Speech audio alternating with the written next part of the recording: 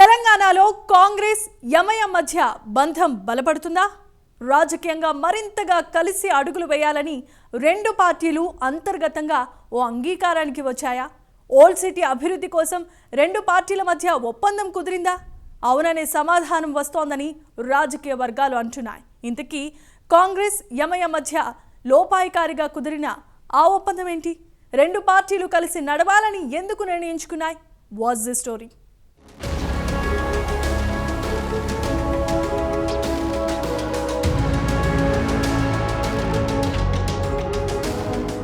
MIM Congress పార్టీల మధ్య బంధం మరింత బలపడుతోంది.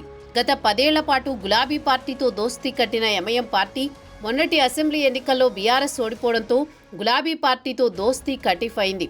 తెలంగాణలో కాంగ్రెస్ పార్టీ అధికారంలోకి రావడంతో అప్పటి నుంచి హస్తం పార్టీతో మైత్రి బంధాన్ని కొనసాగిస్తోంది. ఈ బంధం మరింత బలపడేలా తాజాగా రెండు పార్టీల మధ్య లోపాయికారిగా ఓ ఒప్పందం కూడా కుదిరిందని రాజకీయ వర్గాల్లో టాక్ నడుస్తోంది. జనవరి 6న క్రితం హైదరాబాద్లో ఆరాంఘర్ ఫ్లైఓవర్ ప్రారంభోత్సవం సందర్భంగా సీఎం రేవంత్ రెడ్డి, ఎంపీ అసదుద్దీన్ ఒకరిపై మరొకరు ప్రశంసల జల్లు కురిపించుకోవడాన్ని చూసిన వారంతా ఇదే చర్చించుకుంటున్నారట. రాజకీయంగా మరింత కలిసి అడుగులు వేయాలని ఇరు పార్టీలు అంతర్గతంగా ఓ అంగీకారానికి వచ్చినట్లు పొలిటికల్ సర్కిల్స్లో టాక్ నడుస్తోంది. అందులో భాగంగానే ఈ ప్రశంసలు కురిపించుకున్నారని సమాచారం.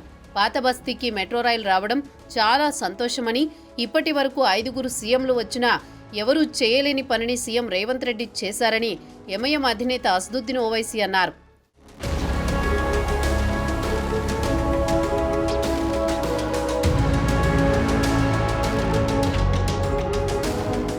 తెలంగాణలో మరికొద్ది రోజుల్లో శాసనమండలి, జీహెచ్ఎంసీ, మున్సిపల్ ఎన్నికలు జరగబోతున్నాయి.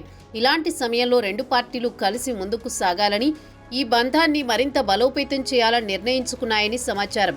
అంతర్గతంగా పరస్పరం కలిసి పనిచేయాలని ఇరు పార్టీలు ఓ అంగీకారానికి వచ్చినట్లు ప్రచారం జరుగుతోంది.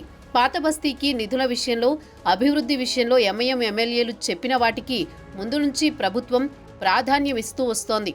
పాత బస్తీని మరింత అభివృద్ధి చేసేందుకు ఎంఐఎం ఎమ్మెల్యేలతో సమీక్షా సమావేశాన్ని ఏర్పాటు చేయాలని సీఎం రేవంత్ రెడ్డి నిర్ణయించారు. సంక్రాంతి పండుగ లోపే ఈ భేటీ జరగనున్నట్లు కూడా ఓ టాక్ వినిపిస్తోంది. అయితే ఎమ్మెల్సీ ఎన్నికలు, స్థానిక ఎన్నికల విషయంలో రెండు పార్టీల మధ్య ఒప్పందం కుదుర్చుకునే పనిలో ఉన్నాయని సమాచారం. హైదరాబాద్లో ఎమ్మెల్యే కోటా ఎమ్మెల్సీని కాంగ్రెస్ తీసుకునేటట్లు, అలాగే స్థానిక సంస్థల ఎమ్మెల్సీ కోటా ఎమ్మెల్సీని ఎంఐఎం తీసుకునేటట్లు ఒప్పందం కుదిరిందని సోషల్ మీడియాలో వార్తలు చక్కర్లు కొడుతున్నాయి.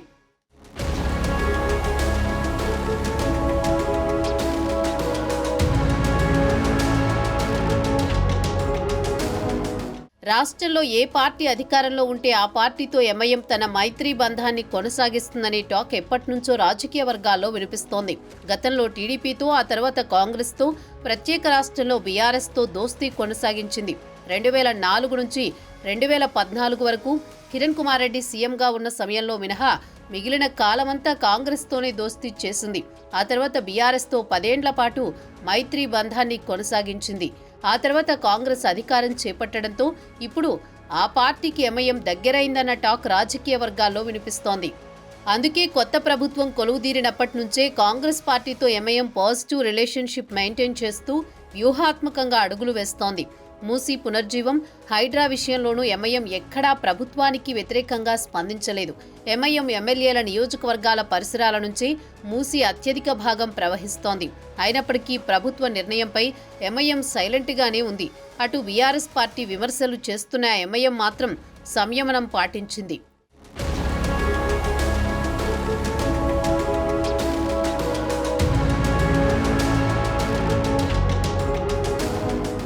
శాసన మండలిలో ఎమ్మెల్యే కోటాలో ఎంఐఎం నుంచి ప్రాతినిధ్యం వహిస్తున్న ఇండిపెండెంట్ పదవీకాలం మార్చి 30తో ముగియనుంది. అదే సమయంలో మే 1న హైదరాబాద్ జిల్లా స్థానిక సంస్థల నుంచి ప్రాతినిధ్యం వహిస్తున్న కాంగ్రెస్ సభ్యుడు ఎంఎస్ ప్రభాకర్ పదవీకాలం ముగియనుంది. ఈ నేపథ్యంలో ఈ సీటును కాంగ్రెస్ పార్టీ ఎంఐఎంకు వదిలేసే అవకాశం ఉందని రాజకీయ వర్గాల్లో చర్చ నడుస్తోంది. ఎమ్మెల్యే కోటాలోని స్థానాన్ని కాంగ్రెస్ పార్టీ తీసుకునే అవకాశం ఉందని తెర వెనుక సమాచారం.